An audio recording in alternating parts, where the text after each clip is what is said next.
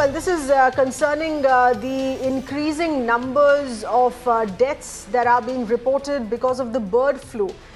India's bird population, this includes the local bird population, the migratory birds, and now poultry farm birds here as well. As we are still continuing to struggle and deal with the coronavirus pandemic here, this is the second flu here, but which is impacting our avian population. So far, the figures, the numbers that we have here is of about 25,000 birds that have succumbed. And this is across species here because of the bird flu. There are states such as Himachal Pradesh, Kerala, Rajasthan, Madhya Pradesh, and today Haryana as well, being the fifth state here to declare deaths of birds that have taken place within the state because of the bird flu. So there are 5 states which are on high alert currently because of this. But there are also other concerns surrounding the bird flu issue. This is on the issue of mass culling of poultry birds that has started already, such as in the state of Karnataka. It is affecting poultry farmers. It is affecting the poultry market, the poultry cycle that has been impacted by another 6 to 8 months here. Bird to human transmission, that still continues to be a big fear, which authorities are keeping a very watchful eye on. And how will it affect our poultry consumption as well? It goes beyond impacting just the bird cycle, and how is it going to be impacting us as well? We're going to throw this open here to our guests with us, but let's before that take you through all of those states that have been impacted. As we said, Haryana being the fifth state here, and Haryana specifically has mentioned that it has impacted poultry, birds from poultry. In the state of Kerala, which is one of the worst affected here that we have, the bird flu has been declared as a state disaster already. There are the 2 worst affected districts in Kerala. This is in Kottayam and Alappuzha. 35,000 ducks that have already been culled both in Kottayam and Alappuzha, and this is for the second consecutive day in which culling has continued. In Himachal Pradesh, there are more than 2,300 migratory birds that have been found dead. There is a restriction on movement of poultry products now.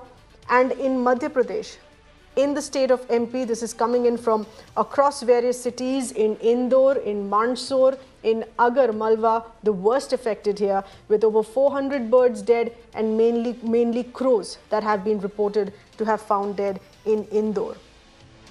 And in Rajasthan, with 200 birds dead in the past 2 days in Jhalawar, peacocks and pigeons have been reported dead here on this as well. So there are national parks and sanctuaries that are now on alert, keeping a watchful eye.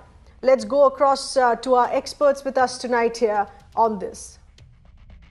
We have Mr. Vibhu Prakash, who's the Deputy Director of Bombay Natural History Society in Mumbai. Dr. Abel Lawrence, Professor, Clinical Immunology and Rheumatology of the SGPGI, and also Mr. Sanal P, who's the Director of Coastal Breeding Farm Private Limited. Many thanks all of you for being with us here tonight. First to you, Mr. Vibhu Prakash, in how you think that this is an alarming rise. This is something, of course, we see year after year. It is perhaps with our over-sensitive state of mind at the ongoing pandemic here that we're talking more about the bird flu as well and fears of it impacting with respect to a human transmission. But what are the real fears of a possible bird to human transmission here? Thank you so much. In fact, there have been very few instances of bird to human transmission and very few of human to human transmission. You know, there's avian influenza.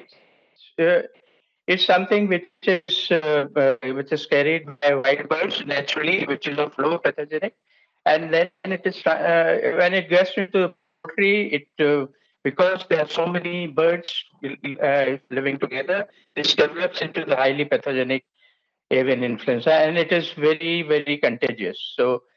And since India has a very big poultry industry, and we get a good number of migratory birds in the country, it's a really big threat, and it has to be monitored and controlled. avian influenza has there have been frequent outbreaks Mm-hmm. in the last many years also, and in absence of vaccination, because we have a no vaccination policy, because vaccination will affect the export of poultry.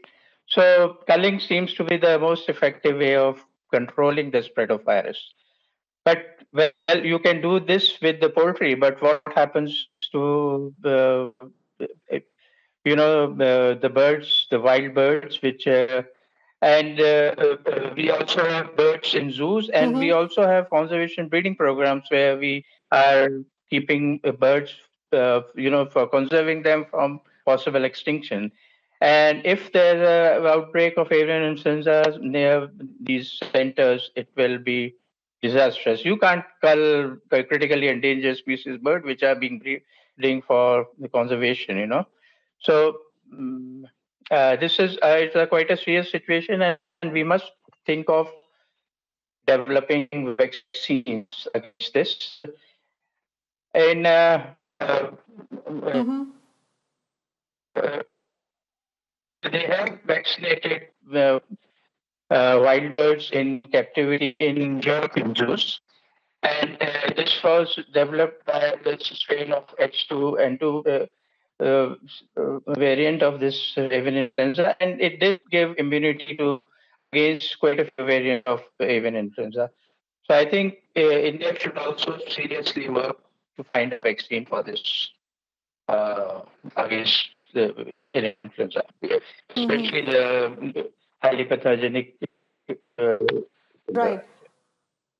Mr. Thekkinkad, as far as poultry birds here are concerned, yes, this is of course an important point that Mr. Prakash has raised, that while this can be controlled in poultry birds, which are anyway in an enclosed area here and are being much easier monitored. What do we do about birds that are in wildlife? It's difficult to control that spread. But Mr. Thekkinkad, as far as issues concerning poultry farmers and the poultry market right now is concerned, what are your calculations on how this is going to be impacted this year? Actually, this is the right time for us to. This is the best time for marketing our birds. After Christmas, the season will start. This is the right season. That is the first thing I have to tell. Always, this is happens in November and all that. Always affects the farmers. I am a breeder. I am dealing with broiler ducks.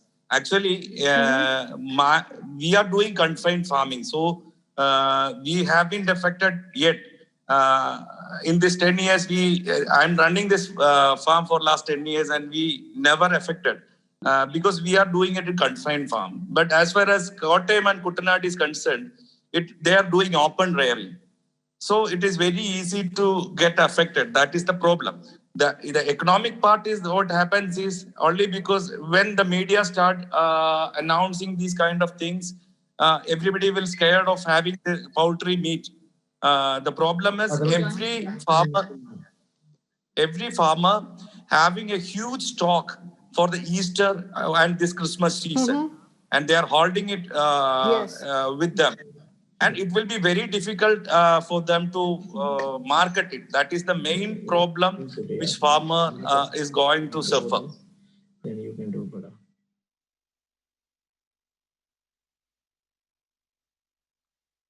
All right, so this is, of course, a difficult time for poultry farmers here, given the fact that, of course, culling that has already started in Kerala, and the state government is already looking at providing certain compensation to those farmers who are facing culling at this time of the year. This is peak season right now. Dr. Lawrence, given the fact that this is an annual occurrence, and we see this happening year after year.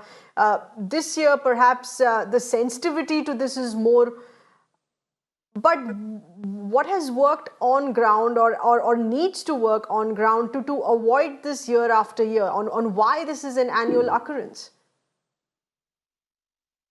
You cannot do much about it. This is this avian influenza of several strains have been circulating and having outbreaks for the several years now. This H5N8 outbreak has been actually very prominent in 2020. And even recently, there have been reports of deaths in birds and culling in Europe. And so, what we need to do is differentiate the different strains. What has been detected in Kerala is H5N8, which is of low risk to humans. On the other hand, in Himachal Pradesh and North India, they have H5N1, which can cause serious illness in humans who have had close contact with the infected birds. So this differentiation is important. And the culling of farms in affected areas is basically to prevent amplification of the outbreak, and then prevent mutation and then crossing species into humans. However, there is no immediate threat to humans, and it's very important that public health authorities and animal husbandry department supervise poultry farming so that public has confidence in the country, the safety of the birds, poultry, etc. So if you eat chicken, you're not going to get disease unless the birds are infected. So the safety means monitoring of the poultry farms and avoiding suppression of news. If the particular area is affected, culling is necessary, so that there has to be coordination between the farmers and the government and the animal husbandry. So the H5N1 has potential for pandemic because Dr. it Prakash, requires given that there is, of course, no. All right. Okay, it has a potential of a pandemic, but this is right now, of course, H5N1, closely not being watched. H5N8. But as Mr. Prakash had also there stated here, that it's easier to monitor the population of the poultry birds, but not the others, the other species which are out in the wild, and migratory birds can't exactly stop the spread of the virus within the other species here. But Mr. Prakash, if there is no direct threat of a transmission of the virus from birds to human here, what really are the fears as far as poultry products consumption is concerned right now, as far as our diet, including poultry products, concerned is right now? What are the precautions to take, or is it required? Well, yes, that's a good question. But it seems, this virus is very sensitive to heat. So if the poultry products are properly cooked, and so then the risk is low. But then generally there's a fear from the public that poultry by consumption of poultry products, this virus spreads. So the use of poultry products really goes down. And then there are a number of security measures which can be taken, and but on the safer side, if those measures cannot be implemented, then it's better to avoid poultry products whenever there's a outbreak of disease in an area. May I add something? So I think the risk is not in consumption, but risk in Mr. handling. Thekkinkad, final. Okay. Can I add something? Yes, complete your point, please. Risk is not in eating chicken, Yes, but please go in ahead. handling of infected birds. So it is important that the poultry farmers and the government ensures that infected chicken does not get into the market. If the public loses confidence, people will stop eating. So it is in the interest of the poultry industry to be transparent and keep everybody informed. Absolutely. Mr. Thekkinkad, final point here to you. As far as the supply or the shortage in the market is concerned, it is of course going to be hitting poultry farmers and poultry business here as well. States such as Madhya Pradesh have decided to stop getting in poultry from southern states for the coming 10 days. This is of course as a precautionary measure here. But to what extent this could lead to a shortage in the market as well? Actually, what is happening in Kerala, now it is affected on this duck farmers. The problem is it is affected in a small area in a district. And they are contained there. The health authorities is trying to contain the infection. That is one thing. The problem the problem, the affected areas, farmers will get some compensation from the government. The problem is nothing but those who having a huge stock where there is no infection, they will struggle to market their products because that is the main problem which is going to happen. They can't market the So product. that is, of course, a fear factor here, and a lot for the state governments to step in here on this as well. I'm afraid we've entirely run out of time. Appreciate you all speaking to here on this. This is something that is affecting our birds population, but something that could partly impact our lives as well. Thanks for being with us.